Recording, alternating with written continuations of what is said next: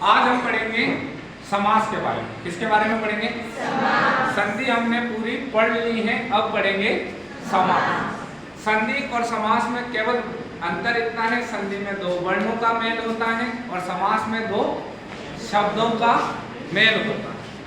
अब समास कहते किसको है? समास का सामान्य परिचय आज हम देखेंगे। समास कितने प्रकार के होते हैं, आज उन्हीं के बारे में चर्चा करेंगे। उसके बाद हम पढ़ेंगे समास को विस्तार से। तो सबसे पहले समास को समझते हैं कि समास कहते किसको है। समास का अर्थ होता है संक्षिप्त या छोटा। संक्षिप्त या छोटा। तो सबसे पहले परिभाषा देखते हैं। दो या दो से अधिक शब्दों के मेल या संयोग को क्या कहते हैं? समास कहते हैं। दो या दो से अधिक शब्दों के, और संधि होती तो वहां क्या आ जाता? वर्णों। ठीक है ना? तो दो या दो से अधिक शब्दों के मेल या संयोग को क्या हम कहेंगे? समास कहेंगे। और इस मेल में विभक्ति चिन्हों का क्या हो जाता है? लोप हो जाता है। जो भी विभक्ति चिन्ह होते हैं, अब विभक्ति चिन्ह किसे कहते हैं ये हम आगे समझेंगे। जैसे रात और दिन। रात और दिन में समास क्या है? रात और दिन। जैसे ही सामासिक पद बना तो वह बना रात दिन। क्या बना? रात दिन। अब मैंने कहा सामासिक पद। अब सामासिक पद या समस्त पद किसे कहते हैं उसको हम समझते हैं। एकाधिक शब्दों से मेल से जो विभक्ति, एकाधिक शब्दों के मेल से विभक्ति चिन्हों के लोप के कारण जो नवीन शब्द बनते हैं उन्हें हम क्या कहते हैं? सामासिक शब्द या समस्त पद कहते हैं। एकाधिक यानी एक से अधिक शब्दों के मेल से और विभक्ति चिन्हों का क्या हो जाता है? लोप हो जाता है। वहां उनको हम क्या कहेंगे? सामासिक पद या समस्त पद कहेंगे। अब यहां देखो, यहां जो है ये पद क्या है? अभी तक इसमें विभक्ति चिन्ह कौन सा है? और। क्या है? और। जैसे ही इसको समास इसमें किया गया, समस्त पद में लिया गया, तो रात और दिन में और को हटाकर इसका संक्षिप्त रूप हो गया रात दिन। समझ में आ रहा है? तो यह क्या हो गया? अपना संक्षिप्त रूप हो गया। अब देखते हैं समास विग्रह क्या होता है। सामासिक शब्दों का संबंध व्यक्त करने वाले विभक्ति चिन्हों के साथ प्रकट होते हैं। एकाधिक समस्त पद या सामासिक पद में क्या हो रहा है? लोप हो रहा है। लोप का मतलब गायब हो रहे हैं, है ना, हट रहे हैं। और उन्हीं की जगह विग्रह में क्या हो जाएगा? विभक्ति चिन्हों के साथ प्रकट हो जाएंगे। उस रीति को हम क्या कहते हैं? विग्रह कहते हैं। क्या कहते हैं? विग्रह कहते हैं। अब देखते हैं समस्त पद के भी कितने भाग होते हैं? दो भाग होते हैं। पहला होता है पूर्व पद और दूसरा होता है उत्तर पद। पूर्व पद और उत्तर पद किसे कहते हैं उसको हम सारणी के माध्यम से समझेंगे। पहले समस्त पद की एक सारणी बनाई जिसमें पूर्व पद, फिर उत्तर पद और फिर समास विग्रह।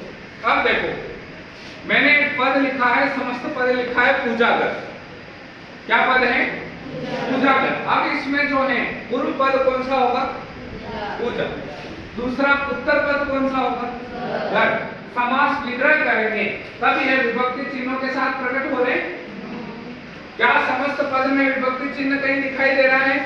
नहीं दिखाई दे रहा है। तो ये दोनों जो चीजें हमने बताई हैं वो इस सारणी में आपको समझ में आ गई होगी। जो पहला पद है और दूसरा पद है उसे पूर्व पद और उत्तर पद कहा गया है। जो शब्द पहले आ रहा है वह पहला पद और बाद में आ रहा है वह उत्तर पद हो जाएगा।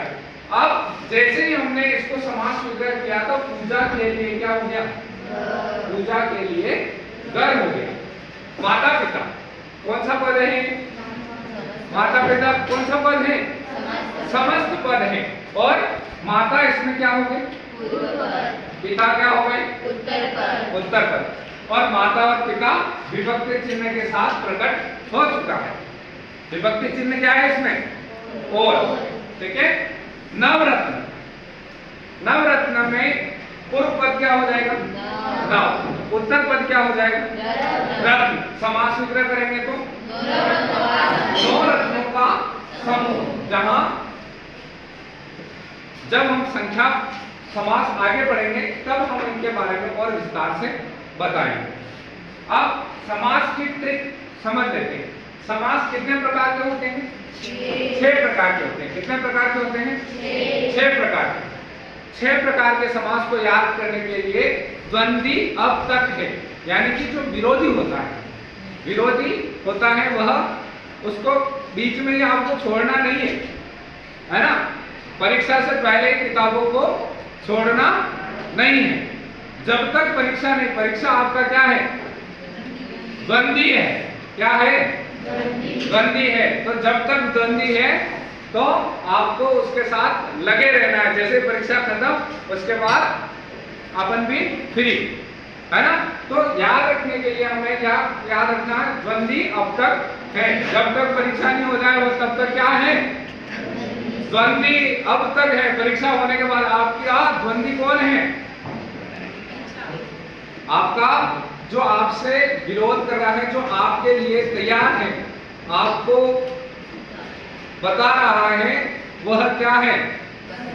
द्वंद्वी है। ठीक है ना। अब द्वंद्वी अब तक, जैसे आपको द्वंद्वी को पता करना है कि द्वंद्वी कौन है, तो द्वंद्व समास, द से दी से द्विगु समास, अ से अव्ययीभाव समास, ब से बहुव्रीहि समास, क से तत्पुरुष समास और क से कर्मधारय समास हो जाएगा। अब समास जैसे ही हम पढ़ेंगे सीक्वेंस वाइज, तो हम पहले पढ़ेंगे तत्पुरुष समास के बारे में, उसके बाद कर्मधारय, उसके बाद द्वंद्व, उसके बाद द्विगु, उसके बाद अव्ययीभाव और उसके बाद बहुव्रीहि समास पढ़ेंगे। 6 समास हैं। 6 समास में तत्पुरुष एक ऐसा समास है जिसमें उसके भी कितने भाग हैं? 6 भाग हैं। तो 6 भागों को याद करने के लिए भी हमें एक सारणी याद करनी होगी। सारणी में कर्म से लगाकर अधिकरण तक जो शब्द आते हैं वह किसके होंगे? तत्पुरुष समास के बाद हैं। तो मेरे साथ शुरू करेंगे। कर्ता ने, कर्म को, गण, संप्रदान, अपादान, संबंध और अधिकरण में पर। तो इस तरीके से हम तत्पुरुष समास के बारे में पढ़ेंगे। अब ये 6 समास है। 6 समास में परीक्षा के दिनों में अभी इन 6 समास के लास्ट जो समास पढ़ाएंगे, हर समास को पढ़ाते समय आपको शॉर्ट ट्रिक बता दी जाएगी, जिसको आप देखकर ही पता लगा सकते हो कि इसमें कौन सा समास है। ठीक है।